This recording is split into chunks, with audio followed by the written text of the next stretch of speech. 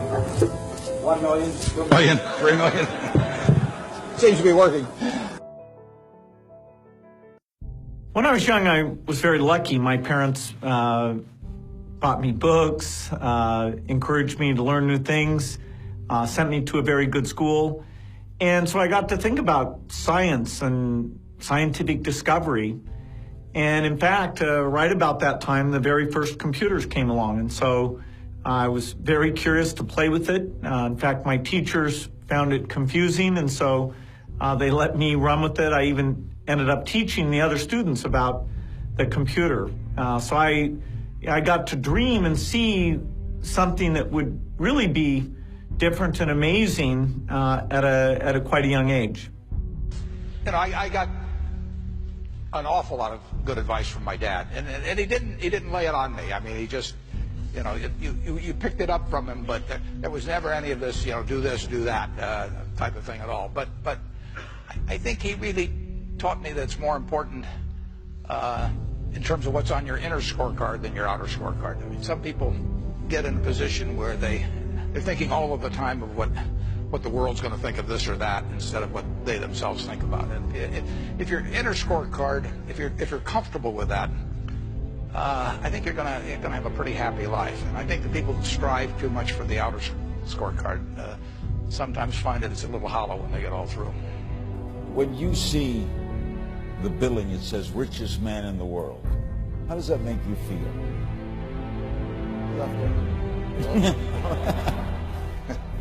Good afternoon.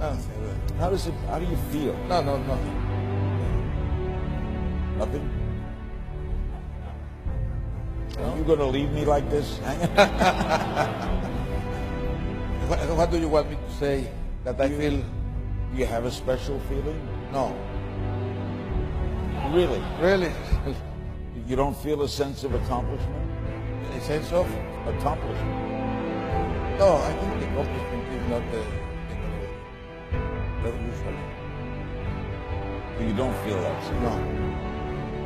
So what motivates you? If not to be known as the richest man, to see the front cover of Forbes magazine, that's not what motivates you. What does motivate?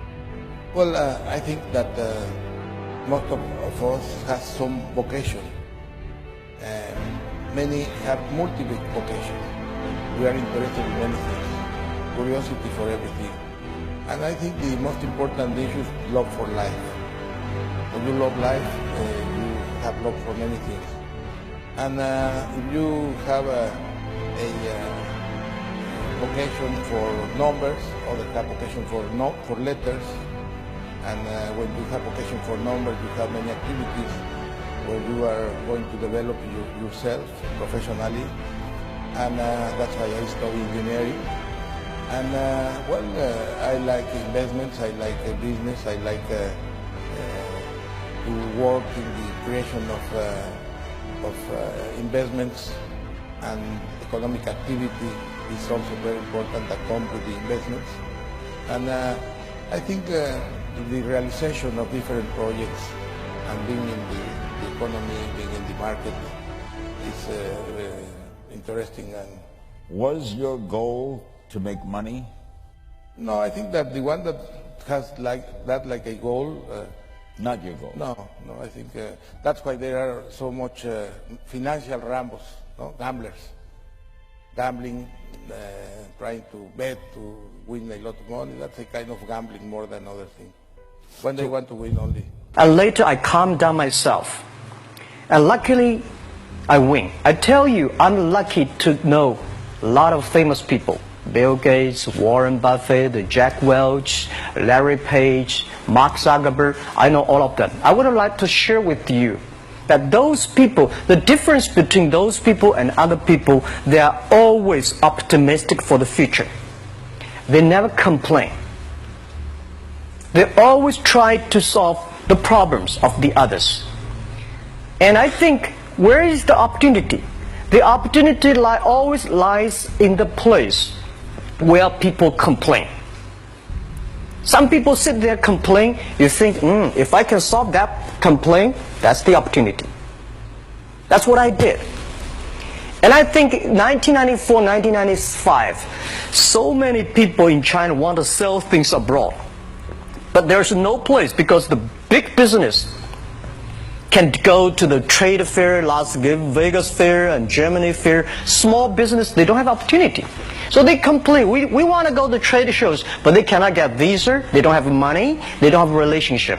So I think if internet can help this small business, it will be great. But nobody would believe it. Why internet can help? Well, I said if something everybody believe it, everybody love it, forget about it. That's not your opportunity. Because when everybody agrees, why this opportunity should be yours? Because a lot of people don't agree with it. And you think this is good. Think carefully and find a group of people working together. And making sure the people working with you together believe the dreams. Whether investors believe in this or not, whether your friends believe it or not, whether your parents believe it or not, that's not important. You believe it. Your team believe it. And work day and night on this.